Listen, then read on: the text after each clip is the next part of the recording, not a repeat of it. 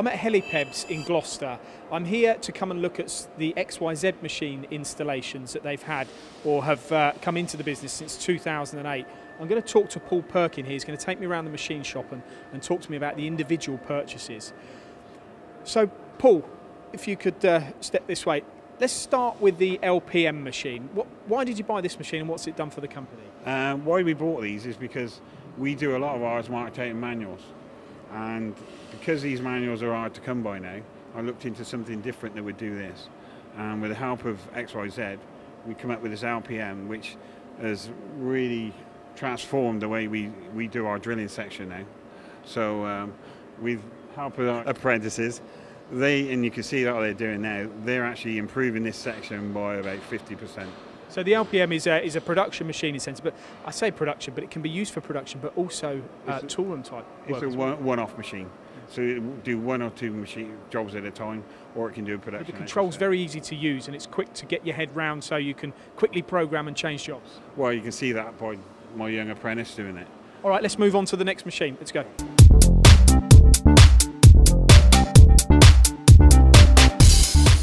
So this machine, Paul, is the TC320 LTY from XYZ. What's this done for the company? Oh, this has been an absolutely terrific job for us. We got rid of 3 machines, 2 capstans and a mill, and put in that, and one person makes the job complete. Is it because of the capabilities or the additional axes like the Y-axis? It's because of the capabilities of the Y-axis on the machine. So it's a combination of your good quality guys as well as a good quality machine? Yes, and a good quality control. Yeah, the control is absolutely excellent. How long's the machine been on site? About 2 years now. Okay, so multi-axis turning as well. Right, we'll move on. Let's go on to the lathes. That's okay. No, so here we've got these are SLX machines. Yes. What do you do with these, Paul, and how long have these been here?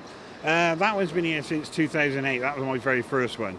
And that convinced me with all the rest of the XYZs of what qualities they've got on there. And what we do is a variety of turning, but we do short batches. So we do small batches like we got there and there. And he does longer jobs on that one because we just bought that one. It's about a year old, that one. That's a long bed one. That's a 2-meter bed. And did you go from manual lathes to these? I mean, you've got CNC here, but is that where the transition? I mean, the guys that are working these now are all manual machinists. So the ones on every machine we saw, they all came from the manual machines and they converted to this. And gradually the company will turn that in. So all these manual machines we're going to walk past in a minute, one day they'll be XYZs? Oh, I should imagine so.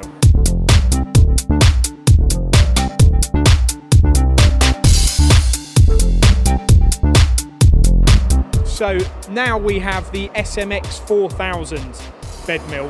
This is a machine, a CNC bed mill that you do prototyping on too? Yeah, we do prototyping on this. And this actually is a machine that actually maybe go for the LPM because it's what this can do and exactly what the LPM but can do it in CNC type form.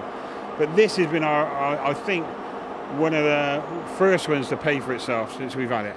It has really been terrific for this section. And what makes it terrific? Because of the control. Proto-track control is an excellent job. I'm hearing this message a lot today. Right, let's go on to the big lathe.